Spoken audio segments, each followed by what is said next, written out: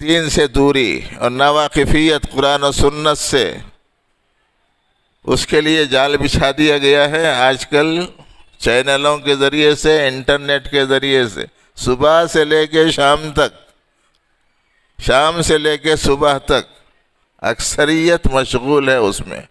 وہ بھی کیسی؟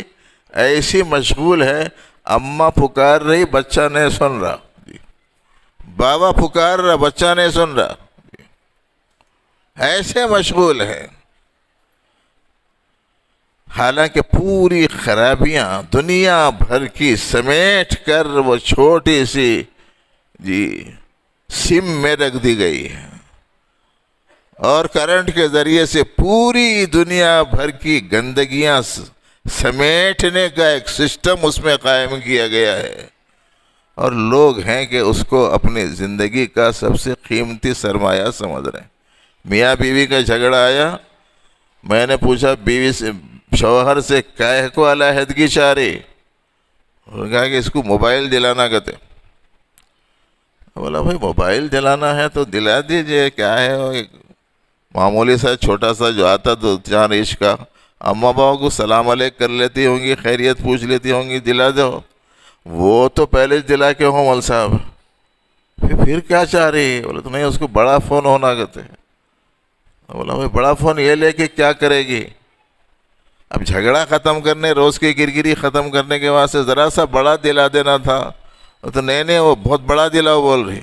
بولا بہت بڑا کتنا؟ تو شوہر بول رہا بیوی کا کہنا یہ کہ 1 لاکھ سے کم کا نہیں رہنا۔ خواہشیں اتنی بڑھ گئی، بچوں میں یہ بیماری اس درجے عام ہو گئی، مدرسے میں تعلیم پانے کے لیے دینے کو فیس نہیں، مدرسے میں کھانا کھانے کے لیے دینے کو فیس نہیں، مگر ہر بچے کے پاس موبائل موجود ہے۔ اور آپ کو معلوم ہے کہ اس میں زیادہ تر بچنے والا عمل ہوتا ہے۔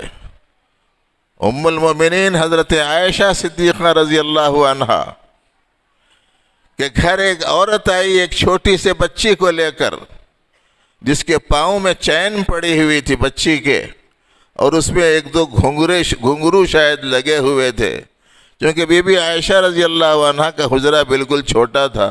دروازے تک پہنچتے ہی ان کو احساس ہو گیا کہ کوئی عورت آ رہی، کوئی چھوٹی سی بچی کی آہٹ محسوس کر کے انہوں نے اندر سے آواز دی اور فرمایا کہ باہر ہی ٹھہرے رہو، پہلے اپنی بیٹی کے پاؤں میں سے یہ بجنے والا زیور نکالو، اس کے بعد میں میرے گھر میں آنا۔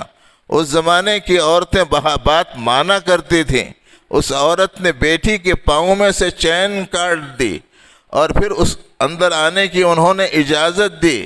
تو اس موقع پر نبی رحمت صلی اللہ علیہ وسلم نے فرمایا مع کل جرس شیطان، ہر بجنے والی چیز کے ساتھ شیطان ہوتا ہے۔ اور حدیث میں آتا ہے کہ گانوں سے دل میں نفاق پیدا ہوتا ہے۔ آج بچاؤ کتنے کان ہیں جو گانے نہیں سن رہے ہیں، منافقت پیدا ہو گئی۔ اب دین کہاں ہے حقیقی معنی میں زندگیوں میں؟ اس کے نتیجے میں دشمنان دین دیکھ رہے ہیں، آسان چارہ ہے، اسے بھی ڈال لو، اسے بھی ڈال لو، اسے بھی ڈال لو، سب پھنستے چلے جا رہے ہیں۔ کہیں چلے جاؤ تو عیسائیت کا فتنہ ہے، اور کہیں چلے جاؤ تو یہودی ثقافت کا فتنہ ہے، اور کہیں چلے جاؤ تو قادیانیت کا فتنہ ہے، اور کہیں چلے جاؤ تو صرف دولت کا مسئلہ ہے۔ حضرت مولانا علی میاں ندوی رحمۃ اللہ علیہ نے فرمایا تھا، پہلے زمانے میں اگر کوئی آدمی مرتد ہوتا تھا تو اس کے مرتد ہونے کا علم ہوتا تھا اور لوگ اس کے شر سے اپنے آپ کو بچا سکتے تھے، لیکن یہ زمانہ ایسا زمانہ ہے کہ ہزاروں نہیں لاکھوں لوگ دین سے مرتد ہو چکے ہیں، لیکن پتہ نہیں ہے ماں باپ کو کہ میرا بیٹا مرتد ہو گیا، میرا بھائی مرتد ہو گیا، میری گھر کی عورت مرتد ہو گئی۔ دین کو جانتے ہی نہیں ہیں یہ لوگ۔ بتائیے کہ ایسی غفلت میں پڑے رہیں گے تو کیسا ہوگا کام؟